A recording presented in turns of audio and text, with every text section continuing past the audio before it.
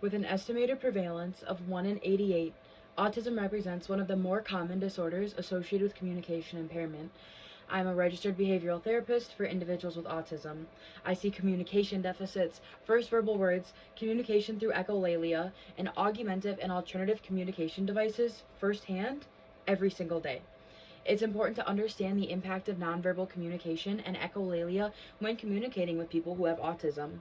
Throughout my speech, I will explain how nonverbal communication and echolalia impact communication and how we can all grow to become better at communicating with an autistic individual involved. First, let's look at how nonverbal communication makes an impact, both on the sender and the receiver of communication involving autism.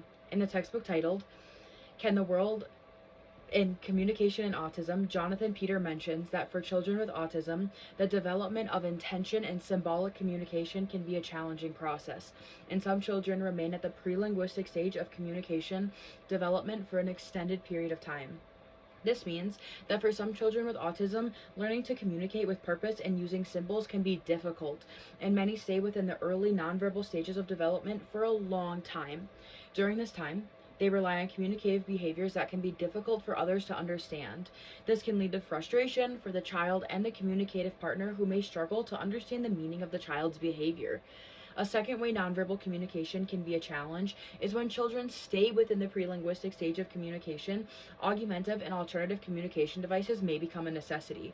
In the textbook titled, Can the World Afford Autism Spectrum Disorder?, Digby Tantum talks about how nonverbal communication conveys information automatically about our social relationships, emotions, and personalities, as well as indicating existing levels of rapport or the desire to create rapport. For those using augmentative and alternative communication devices, the time-consuming nature of extensive teaching trials may be of particular concern. Augmentative and alternative communication devices are often utilized to provide learners with a functional mean of communication in the absence of typical speech development. Autism spectrum disorder significantly affects nonverbal communication. Many autistic children have difficulty using and interpreting essential nonverbal cues such as gestures, facial expressions, and eye contact.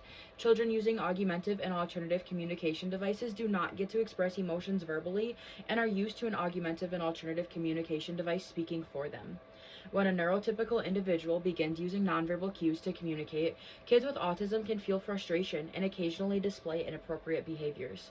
Next, I'll share how echolalia affects communication within autism. First, I want to identify echolalia. Jonathan Peter defines echolalia as the immediate or delayed repetition of the speech of another and is associated with autism. Echolalia usually described as a non-functional, self-stimulatory, or stereotypical behavior. Echolalia is defined as the rote or literal repetition of speech of others. Some classify echolalia as a communication impairment reflective of delay, while others consider it a restricted, repetitive pattern of behavior without meaningful communicational function. Echolalia has been reported in literature since 1825, when Attard wrote about its clinical observations of verbal echoing. Secondly, I will share about the clinical standpoint on echolalia and how it relates to communicating with people who have an autism diagnosis. For example, if a parent asks a child with autism, "Do you want juice?" the child will repeat, "Do you want juice?" either immediately or with a delay. Echolalia remains frequently misunderstood and consequently a mismanaged characteristic of autism. Research has established that echolalia has function for people with autism and is important in the development of language in children with autism. The current study examined longitudinally the change in the amount and type of echolalia in speech of children with autism. With echolalia being frequently misunderstood, it's crucial for the continuation of study.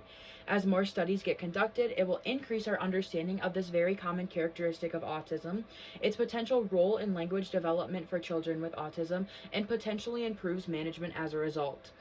In this speech, I first covered how nonverbal communication within autism is affected, both for the sender and the receiver of the message.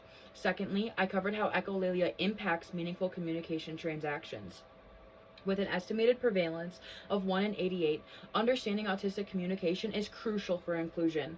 It's important to understand the impact of nonverbal communication and echolalia when communicating with people who have autism. Improving our knowledge and and understanding of pre-linguistic behaviors may help reduce problem behaviors and can inform interventions to support these children communicate their needs and wants more effectively.